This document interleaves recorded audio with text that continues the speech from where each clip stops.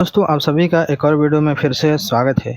दोस्तों आज के इस वीडियो में हम एक मैथ पजल सवाल हल करने वाले हैं, जो कि सवाल इस तरीके से है। यहाँ पर आप देख रहे होंगे, यहाँ पर जो मैंने लिखा हुआ है।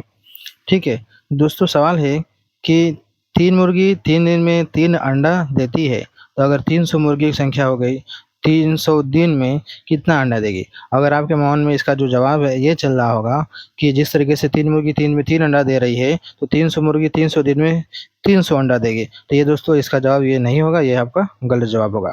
इसका तरीका अलग है निकालने का।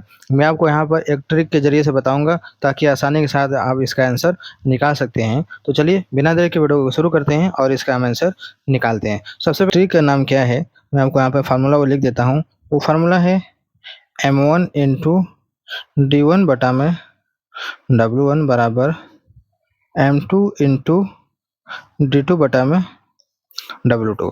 ये है वो फार्मूला जिसके ज़रिए से हम इसका आंसर निकाल सकते हैं। यहाँ पर M का मतलब होता है दोस्तों आदमी, D का मतलब होता है दिन और W का मतलब होता है वर्क, यानी कि काम। लेकिन यहाँ पर समझने की बात यह है कि यहाँ पर आदमी नहीं है, यहाँ पर मुर्गी है और समय दिन का दिन है, लेकिन जो काम है यहाँ पर अंडा देने का काम हो रहा है। ठीक है, तो यहाँ पर ये है, तो यहाँ पर 2 बार लिखा गया है इसी बात को, इसलिए क्योंकि सवाल में 2 बार सवाल को दोहराया गया है।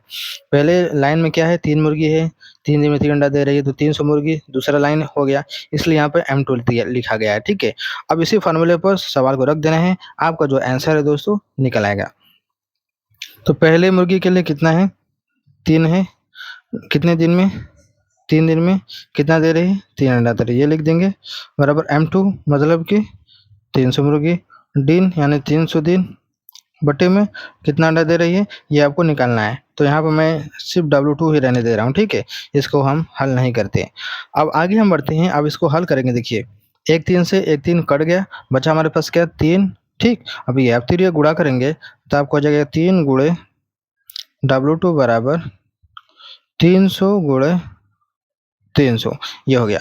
अब हम यहाँ पर लिखेंगे W2 बराबर 300 गुणे 300 बटे में 3 को बराबर के इधर भेज देंगे। अब क्या करेंगे, हम इसको हल करेंगे। देखिए 3 से काटेंगे, 3 एकम 3, 3 एकम 3, ये आपका 100 बार में कट गया। अब हमारे पास बचा क्या है, बचा है हमारे पास 300 गुणे 100 बचा है। अब इसका हम गुणा करेंगे। देखिए 3 एकम 3 हो गया, 2 जीरो ये 2 जीरो ये 2 4 जीरो हो जाएगा टोटल। इसका मतलब हो जाएगा टोटल 30,000 अंडे। इसका आंसर आएगा 30,000 अंडे। यानी कि अगर 3 दिन में 3 मुर्गी 3 अंडा दे रही है, तो 300 मुर्गी अगर हो गई तो आपको टोटल 30,000 अंडे देगी। ये है इसका सही आंसर। जो आप सवाल शुरू में अगर समझ रहे थे कि 300 ही देगी, लेकिन ये सबका गलत है। इसका आंसर सही हो जाएगा 30,000। इस तरीके से ऐसे सवालों को हल किया जाता है। चलिए मैं आपको एक और सवाल इसी तरीके से बता देता हूँ, ताकि आपका डाउट क्लियर हो जाए। अगर सवाल अगर बोल दे, दूसरा सवाल ये है कि 6 मुर्गी 6 दिन में 6 अंडा देती है, तो 18 मुर्गी 18 दिन में कितना अंडा देगी। अगर आपके सवाल में चल रहा हो कि 18 जवाब में चल रहा हो, तो ये गलत है, जैसे मैंने अभी बताया था पहले वाले सवाल में। अब इसका फार्मूला क्या है, उसी फार्मूले से हम हल करेंगे। फार्मूला है M1 इंटू D1 बटे में W1 बराबर M2 इंटू D2 बटे में W2, ये है फार्मूला।